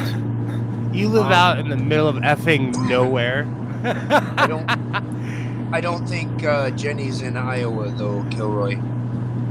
Jenny, if that's what Kilroy means. Okay, here comes the fun part. Yeah. Do people claim to be abducted by aliens where you live? Yeah, actually, Jenny's in southern Minnesota here. So yeah, this is actually what a lot of Minnesota looks like when you get outside of Duluth or the Twin Cities. This looks really similar to my neck of the woods, though, too. Yeah, well, for a large part, most of the upper Midwest is like this. Yeah. Honestly, with that hill right there, that looks like my town. Well, there's lots of times when Jenny, when you were driving around there, that I was like, gosh, are you like in or near my town? a lot of that stuff just looked like some of my town and some of my nearby towns. Well, not only that, but also, you know, in the states up here, the same names keep repeating. Yep. Okay, here's So the you hard might part. have a... Yep. Oh, I happen to know there's a Fertile, Minnesota, and I found that out the hard way. I had a check bounce once, and it came out of nowhere, and it was I didn't understand how I had this check bounce, because I definitely had the money there when I wrote it and stuff, and like the store sent their lawyers and shit after me, so I had a meeting with them and stuff, and I'm like, they're like, we sent this letter, and I'm like, I received no letter that this check bounced, and then one of the lawyers was looking at it, and he goes, oh, and he noticed that they had addressed it to Fertile, Minnesota. I was living in Fertile, Iowa at the time. Yep. Assholes. I actually had the same thing happen. I was ordering car parts online when I was living in Michigan, and they told me the stuff had been delivered, and when they looked up the order, they had sent it to the town of the same name in Wisconsin. Yo. That actually happens a lot around here because there's a house 2 blocks over that has the same numbers but a different street address than mine. We get our mail gets mixed up all the time. How's it going, doorknob head? Funny thing here is when our mail gets mixed up, it just winds up between my mail and Sloth Girl's box. Because our apartment numbers are the same except for two of the digits being transposed.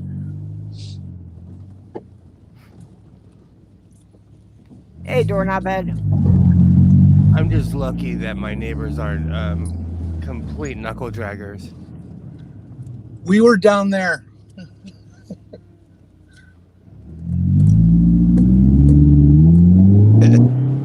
Where I live, somebody would come by at 170 miles an hour and smash into you if you stopped on the road like that. Jenny's just doing this because she wants us all to hear her car vroom vroom. Oh, and Randolph, my checks don't bounce, they ricochet.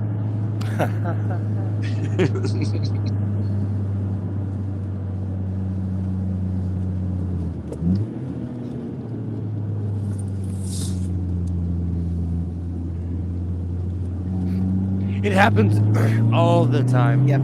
But I know what my it's funny because I get Scientific America and my neighbor gets Guns and Ammo. So I know when there's a mix-up. That reminds me, I gotta renew my subscription to Naughty Amish Ankles.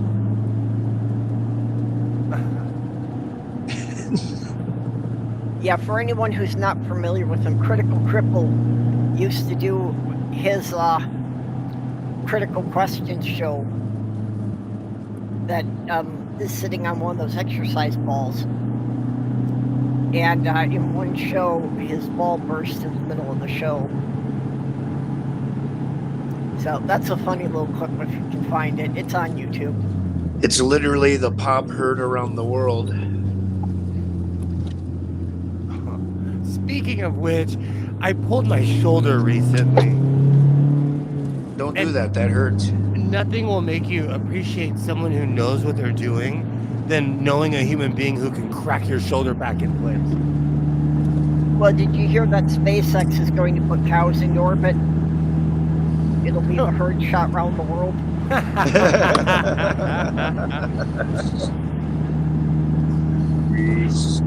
So I walked up to my 70-something-year-old mother, and I was like, you know, I popped my shoulder, and she was like, all right, give me your arm and don't be the P word. And she popped my shoulder back in place. It's a good place for your shoulder. Oh, it hurt so bad. But I didn't want to cry in front of my mom. So I sucked it up.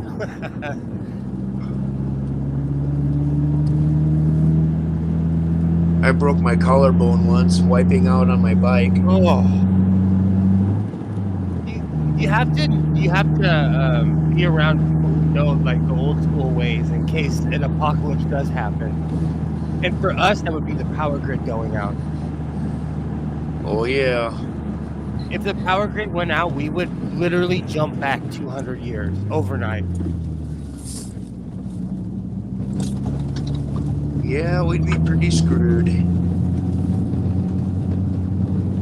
Oh, I've got a feeling we'd go back a lot more than 200 years just because people would be so totally inequipped to handle it.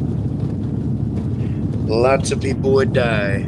It would be almost like The Walking Dead without the zombies. One of the scariest things for me about The Walking Dead was how they treated the human condition, because people are awful. And being told, you know, we can't do certain things, there's a lot of people who don't do them. But with no authority over your head, people are awful. Yeah, well, and that's why the thing about, you know, the people who say that you need you need the morals of their God. It's like, yeah, I would be kind of afraid if you convince some of these people that their God didn't exist. Because I know that a lot of these people, that is the only thing that is keeping them from just being deplorable assholes to everyone around them. Okay, I will argue that most of them are deplorable assholes, though. Their religion entitles them. It makes them entitled that they can do whatever they want. And I'm an equal opportunist when it comes to religions because I've been exposed to quite a few. They're equally awful, in my opinion. Well, yeah, that's the result of the Trump era has been that people have forgotten that there are parts of it that you're not supposed to say in public. Did everybody have fun? That was fun. It was interesting. Absolutely. I got car sick.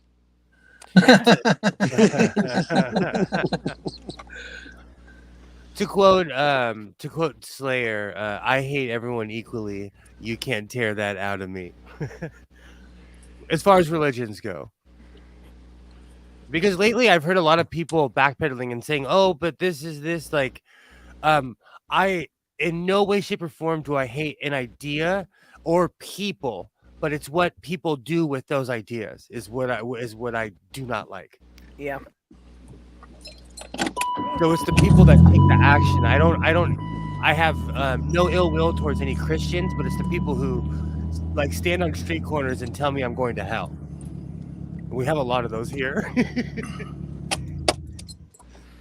Well, I wouldn't even mind those people so much. It's the ones that are trying to pass laws that if you don't believe in their God, that they can, send you to jail or whatever. I mean, we're getting to the point that we're not going to be too far away from some of the tyrannical things in the Middle East. That's what they're pushing for. They want a theocracy. They want everything based on their interpretation of the Bible. It's the only reason I haven't moved out of California yet, because I wanted to move far away from here, but like there aren't too many laws that in California, you're well protected in California. Everywhere else, it's changing. Even in Arizona, they've become a turf state, and I love Arizona, and they've changed. Did you hear what Ron Yes. Ron DeSantis is doing yesterday? Yes. He's going after Disneyland.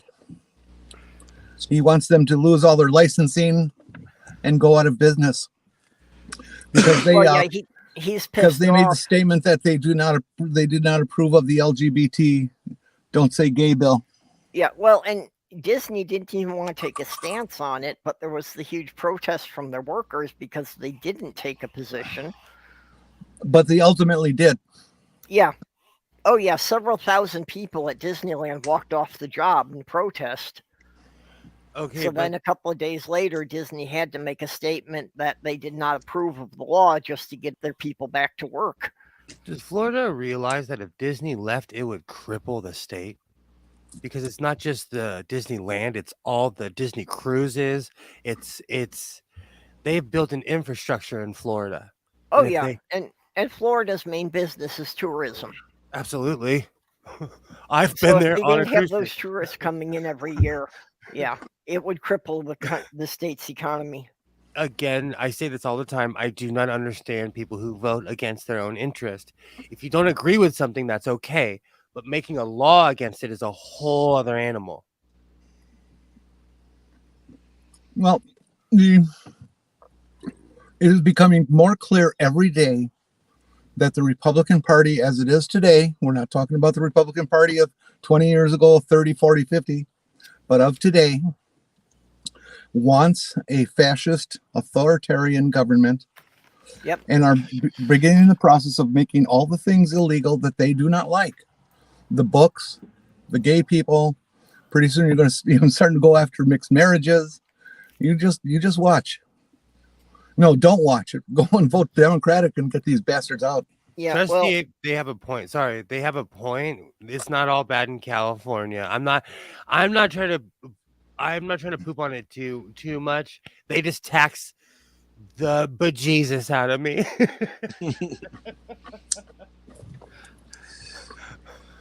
Well, if you can handle the cold, Minnesota's still a pretty great place. Do they? I've asked you this every time you say this, and no, they don't have legalized pot. It's more you have to get a pot license, right? Yeah, it's medical marijuana, and that's a problem. And that's one that really surprises me. For as progressive as Minnesota is, I'm surprised they haven't totally legalized it by now. Eventually, when people start seeing the financial benefits, they will, like the long-term financial benefits. The state legislature is controlled by Republicans. The governor is Democrat, and the Republican Party does go for consensus most of the time. They're not like the pricks in Florida and stuff like that. But look at well, that's fine. I mean, even the Republicans we have in Minnesota are not nearly as bad as the people you get in the National Republican Party. But look at what happened to Colorado. They got legalized pot, and we got Lauren Boebert. Well, that's why you shouldn't be smoking up before you go to the polls, because you don't know what you're marking on the ballot then. So in Colorado, you can smoke a joint and walk around with your AR-15 in public. I can't say it without laughing. I'm sorry. I can't say it without. That's America freedom right there. You can open carry in most states, Will. I know that. I lived in Arizona for a while. I know this, and it's not a foreign thing to me. I think they're insecure, small penis, like micro penis people. I think they're insecure, and it's men. It's men. I love the memes that they're coming up with since Ukraine is doing what it's doing. They got this picture of all these citizens who are armed to the teeth and doing their best to save their nation. And right next to it is a picture of a guy with two AR-15s, a big old handgun, army fatigues in a donut shop. And the captions, they're both fighting for freedom, Oh, have you seen the one with Ted Cruz? It shows the president of Ukraine literally in full uniform, and then it shows Ted Cruz at the airport. Well, yeah, anytime there's a disaster in Texas, Ted Cruz leaves the state. Gavin Newsom is a complete leaf eater, weenie weirdo, and he goes to every national disaster. Something could happen in LA, he'll be there. Something could happen in Redding, California, he'll be there. Like I used to not like him, but he's aight. He's okay.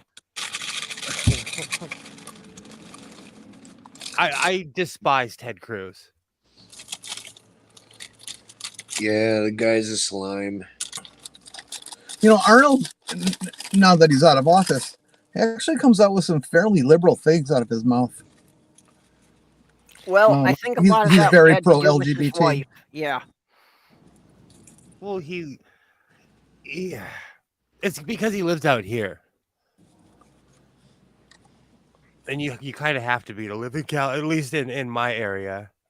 That's one thing. Like even most of the righties around here, someone asked me a long time ago, well, actually recently as well, what would happen if I flew like a rainbow flag, and I have, and no one said a word to me. My righty neighbors really don't care. If I did that somewhere else, I'd make the papers and have to get in a fist fight with some of my neighbors. Well, in one respect, I am grateful for Marjorie Taylor Greene and Lauren Boebert, because they pretty much made everybody forget about Michelle Bachmann and that Minnesota turned that thing loose. Yeah. Arnold Schwarzenegger damn near bankrupted California, and he defunded people with disabilities. So for as much as I think Arnie has grown up, like I think he's a scumbag. Funny, that seems to be what we get every time they elect a celebrity. Uh-huh. Same thing happened here with when we elected Jesse Ventura, and the same thing happened nationally when we elected Reagan. Ugh. So maybe we should stop electing TV and movie stars. What happens is that we are removing the label of protected class. Or someone comes into office and they're like, why does this one group of people have all of this money? It's because they need it.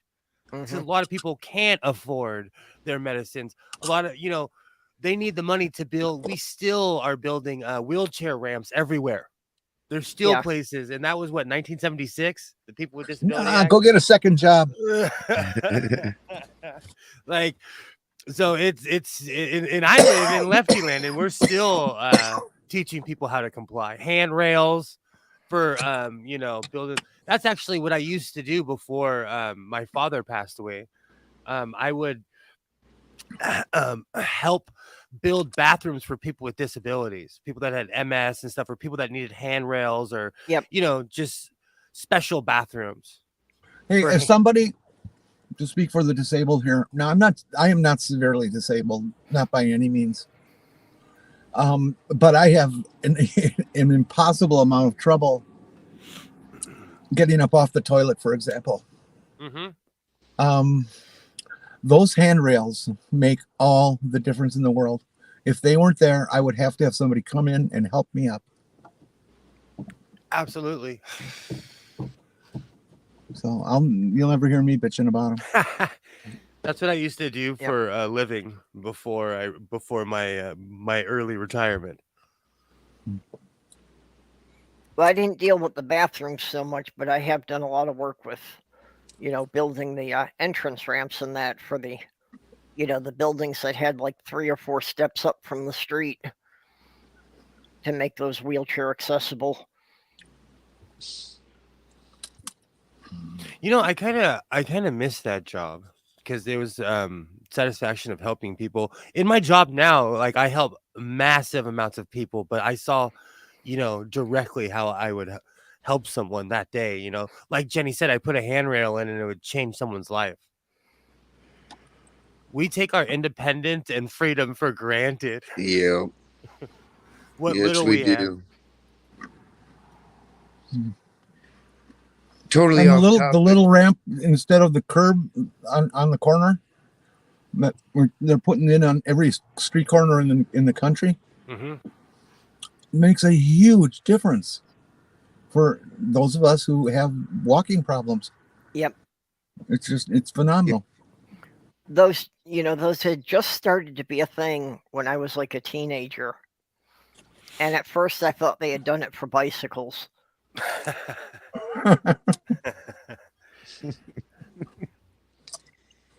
Well, that was just my perspective. I rode my bike everywhere, so that was my perspective at the time. And at the time, there was a lot of stuff, in the news. Well, with the gas crunch of the 70s, that they were, giving people alternatives to drive less, so ride your bike everywhere, and they were really promoting that in a lot of public service things. My mail came really early. That's awesome. Kind of off topic, but every time Kilroy posts a message, my brain reads it in Daria's voice. Same. I come on, I that was my era. I call my show my so-called life. Like between my so-called life and Daria, those were my shows. Yeah, mine too, man. Those were my shows. I love Daria. I was thrilled when I found the box set for sale, so I got the whole box set of CDs a couple of years ago. The old person says, "What's a Daria?" It's an old MTV show. It's a spin-off of Beavis and Butthead, and it is way better than Beavis and Butthead. It's like a way better show. Yeah. It's got a lot of really good social insights. A lot of things that make you think about, stuff you probably run into hundreds of times and never given a thought to. And she just highlights it and says, "What the fuck?"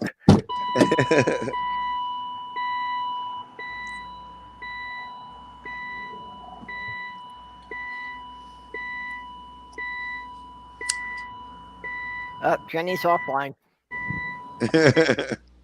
Somebody's got to go and reboot her.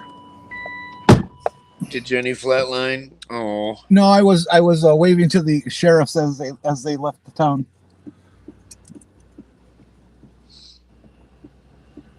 It's good PR. You get to know the local cop, and you don't get hassled for anything.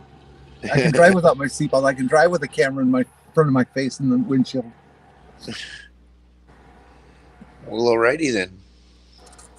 Yeah, that didn't work for me in Michigan. The local cop didn't like me. It started out with that, I just didn't keep normal hours, and that annoyed the deputies. That I would walk my dog at 3 o'clock in the morning.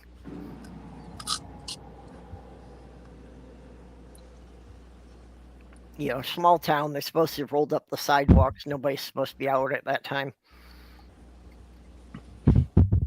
I always... they really do shut down after 10 o'clock. There's nobody out. My side of town is like that. It's really sleepy around here, but I live around retirees.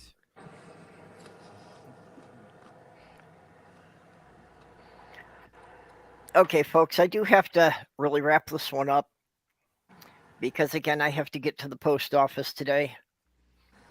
Aww. So, final words, Jenny? No, I hope you enjoyed the tour of where I live. It's a nice place, and it's got a lot of interesting things to look at.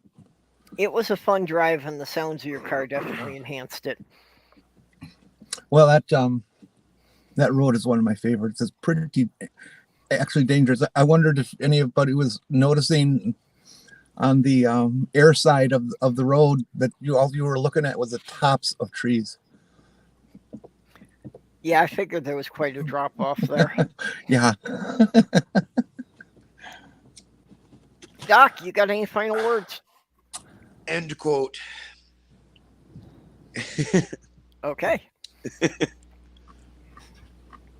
Will? All right, give me a quick second. This is going to take a second. Okay, hold on. How's it going? I'm Godless Sewing of the Godless Sewing channel. Go subscribe to the Godless Sewing channel. I've just recently reached a milestone of 200 subscribers, and I thank you.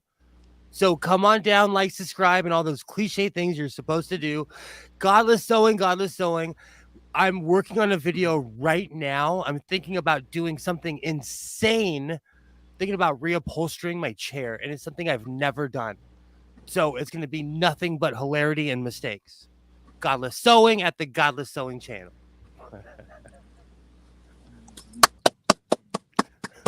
Be there or be square, and don't forget to tip your waitress on your way out. Okay, yeah. Randolph, I'll have to see, if I get back in time for my errands.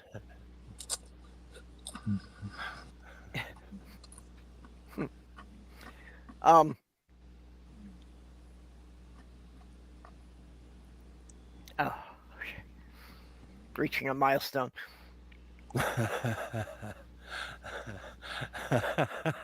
Okay, but yeah, Randolph has his stream going in about 3 hours.